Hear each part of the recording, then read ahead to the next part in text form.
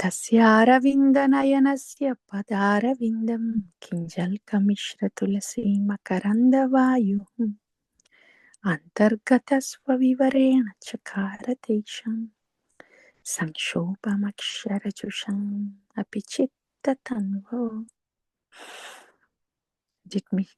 Did we smell that yet? The fragrance from of the lotus feet of the Lord and fragrance of the Tulsi Devi. Did that happen to us yet? 4 కుమారాలు స్వామి వంగి స్వామి దగ్గర పాదాల దగ్గర దర్శనం చేసుకుంటే తులసిదేవి తులసి యొక్క పరిమళం నాసికల్లోకి వెళ్ళింది.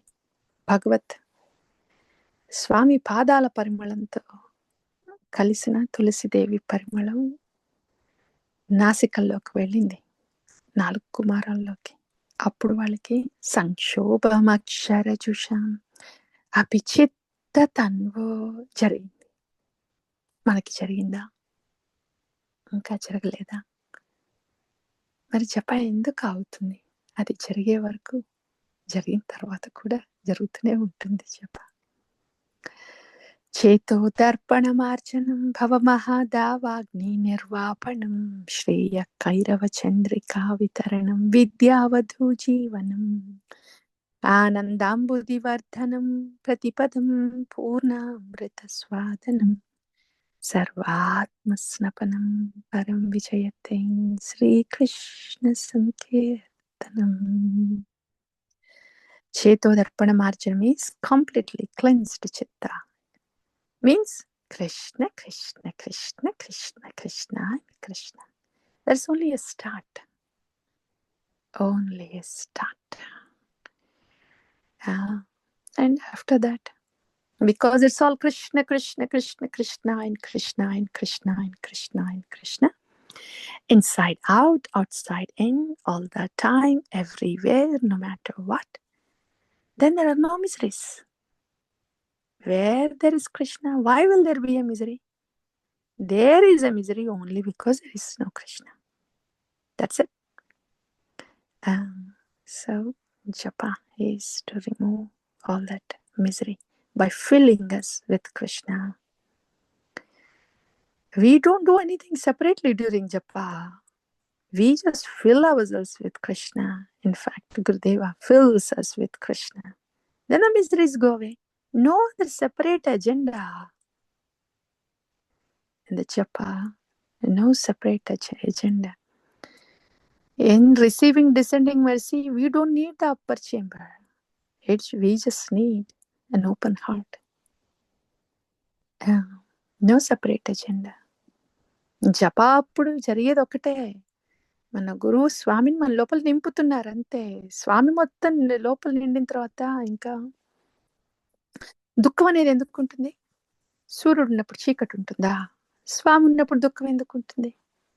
అది జప అంటే ఇంకేదో కాదు, గురువు మన లోపల కృష్ణుని నింపడం. మనమేం చేయబడలేదు, ఇంకా అట్లా కృష్ణుని నింపుతాడంతే. నామ్నామకారి బహుదాం నిజ సర్వశక్తి తత్రార్పితా నియమిత స్మరణేన కాలః ఏ తదృశీ తవ కృప భగవన్ మమాపి దుర్దైవమిదృశమిహ జనినానురాగః. ఏమాత్రం అనురాగం లేదే నా మనకి. There is no attachment, anuraga, fond attachment to the holy name yet. Hey Bhagavan, Gauranga, Gurudeva. When we have that mood, that's the whole point of the morning prayers, to bring to that mood. We don't have to do anything, just hear and we will be brought to that mood so that japa can happen. The morning prayers ఏమంటే ఏదో వినేసేసి నేను ఏదో ఆలోచించి ఏదో చేయాల్సిందేం లేదు, వింటే చాలు. స్వామి హరినామ రూపంలో మన లోపలికి వచ్చి కూర్చుంటారు అంతే. మార్నింగ్ ప్రేయర్స్ వింటుంటేనే మనము ఆ పరిస్థితికి, ఆ స్థితికి తీసుకురాబడతాము ఈ ప్రార్థనల ద్వారా. ఎట్లా నామం వచ్చి మన లోపల వచ్చి కూర్చునేలాగా. అందుకనే వినాలి ఇది అనేది. త్రినాదపి సునిచేన తరోరివాసహిష్ణునామాని నామానదేన కీర్తనీయ సదా హరిం నదనం న జనం న సుందరీం కవితాం వా జగదీశ కామయే మమ జన్మని జన్మనీశ్వర భవతాం భక్తి హైతుకి త్వయి. How wonderful when we naturally feel like that. Just your loving service only, Bhagwan, please. After all, what else is there other than your loving service, Bhagwan? That's beautiful. స్వామి, ఒట్టి నీ ప్రీతి సేవే చాలు స్వామి. అదేంటి ఇంకేమన్నా ఉందా స్వామి ప్రీతి సేవ కాకుండా? ఇంకేముందని? అయినంద తనుజ కింకరం పతితం విషమే భవాంబుధౌ కృపయా తవ పాద పంకజ స్థిత ధూళి సదృశం విచింతయ నయనం గళదశ్రుధారయ వదనం గద్గదరుద్ధయ గిరం పులకైర్నిచితైర్వపుకద తవ నామ గ్రహణే భవిష్యతి. If the tears have to come, if we have to cry, they should be for Bhagavan only. All the emotions are meant for Bhagavata and Bhagavan. ఏడ్చేదేమన్నా ఉంటే, రోధించేదేమన్నా ఉంటే, కళ్ళ నుండి నీళ్లు కారేదేమన్నా ఉంటే అది భగవంతుడికే అవ్వాలి. మన భావం అనేది భగవత్ అర్పణ కోసమే, ఇంకా దేనికోసమో కాదు ఇక్కడ, ఇంకెవరి కోసమో కాదు ఇక్కడ. యుగాయితం నిమిషేన చక్షుషా ప్రావర్ష్యాయితం శూన్యాయితం జగత్ సర్వం గోవింద విరహేణ ఆశ్లిష్య వా పాదరతాం పినస్తు మాం అదర్శనం మర్మహతాం కరోతు వరం యదా తథా విదధాతౌ లంపటో మత్ప్రాణనాథస్తు సయేవ న పరః.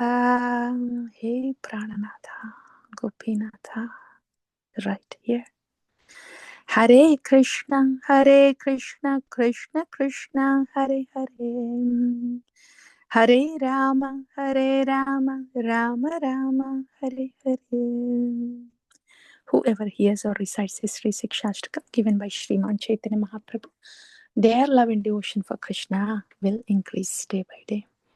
ఎవరైతే శ్రీ శిక్షాష్టకం వింటారో, చెబుతారో, కృష్ణుడి పట్ల కృష్ణ భక్తి రోజు రోజుకి ప్రవర్ధమానమవుతుంది. మధ్య సర్వశ్రేష్ఠ నామ సంకీర్తన నిరపరాధ నామలేలే పాయే ప్రేమధాన.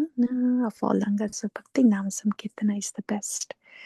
It is this Niraparadhanama that gives us Premadana. When we are brought to this mood before the japa, and when the japa goes in this mood, this is Niraparadhanama. Going towards the Niraparadhanama, that's when we get the Premadana. When this mood is not there, what Premadana will we get? What kind of japa will happen? That's why it's important to come to this mood. ఇదంతా వినకపోతే morning prayers, ఈ భావన లేకపోతే ఏం జపం చేస్తాం? ఇలాంటి భావన లేని జప చేసేటప్పుడు కృష్ణ ప్రేమ ఎట్లా వస్తుంది? అందుకని వినాలి ఇవి. మాతయేవ నామ మాత్ర వైష్ణవేర ధర్మ నామే ప్రస్ఫుటిత హోయిలే రూప గుణ కర్మ. వైష్ణవ ధర్మము నామమే. మన లోపల నుండి నామం ఎట్లా ఇట్ షుడ్ ఎగ్జూడ్. సూర్యుడి నుండి కాంతి ఎట్లా వస్తుంది, మన లోపల నుండి నామం అనేది అట్లా వస్తూ ఉండాలి.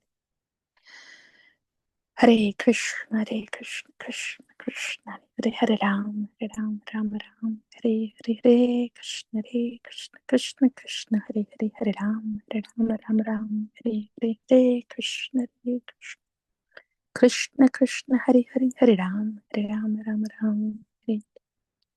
प्रेम से कहो श्री कृष्ण चैतन्य प्रभु नित्यानंद श्री अद्वैत गदाधर श्रीवासादि गौर भक्त वृंद की जय। श्री हरिनाम प्रभु की जय। श्री शिक्षाष्टकम की जय। आचार्य भगवान की जय।